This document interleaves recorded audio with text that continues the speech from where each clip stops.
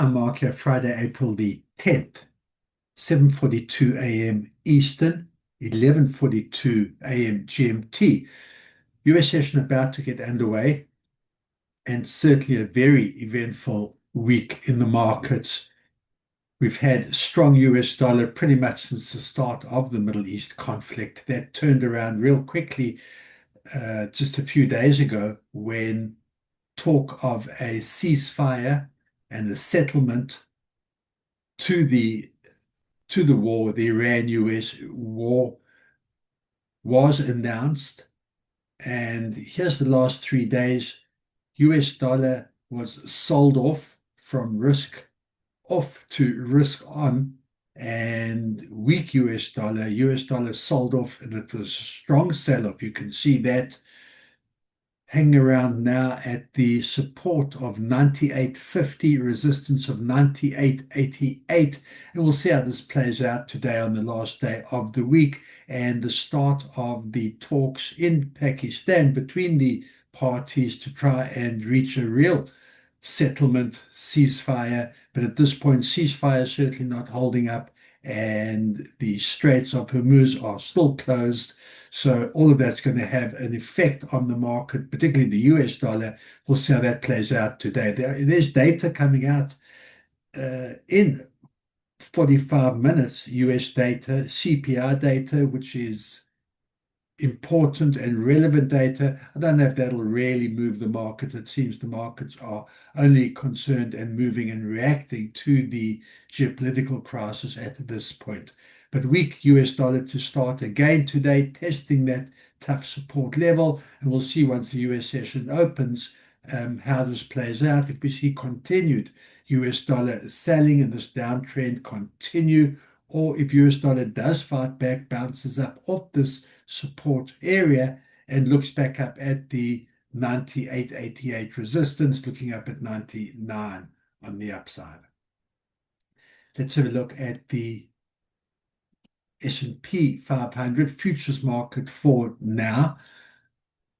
Still a good almost 2 hours until Wall Street opens up, and you can see the strong uptrend continuing, gap higher to start in futures trading and maintaining demand, testing yesterday's resistance 6,868.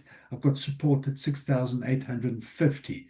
We're going to see how this plays out once the US session and Wall Street opens up. Will we see a continued demand for equities, and buyers look up to test the 6,900 on the upside? Gold, weak US dollar, but it's not really strong gold, not really seeing the inverse relationship playing out as yet. Pretty subdued gold for now. I've got support at 4,726. I've got resistance at 4,778. And you can see buyers unable to maintain above this resistance area for now, unable to get and maintain or push above the 4,800. Doji candlestick for now, uncertainty, no real direction as yet. And bear in mind the US dollar has weakened. Let's have a look at oil,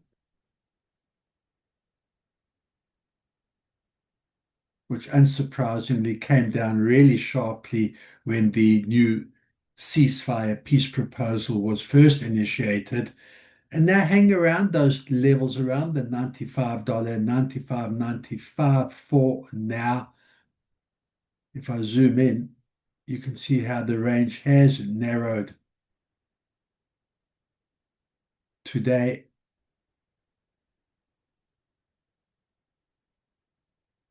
Let's just get that resistance a little bit lower.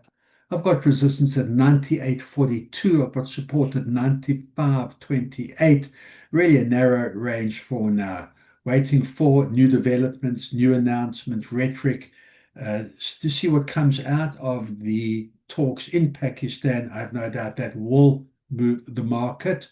And first target on the upside will be to get back above that 100 level. But I think moves will and can be sharp in either direction today. Let's have a look at Bitcoin.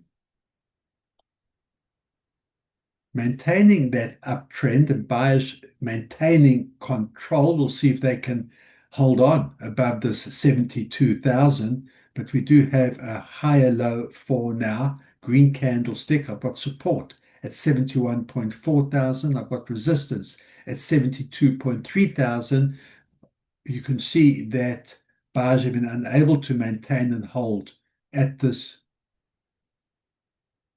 at current levels for now. Testing that intraday resistance. On the upside, buyers will be looking around the 76,000 as the next upside target.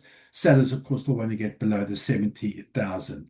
Slow, steady, but the uptrend is and has remained intact, and buyers as yet haven't given up control. Sellers as yet haven't stepped in as well. Perhaps a push higher today. We'll see going into Friday's trading day. Good trading. Keep that discipline, and I'll see you at the end of day.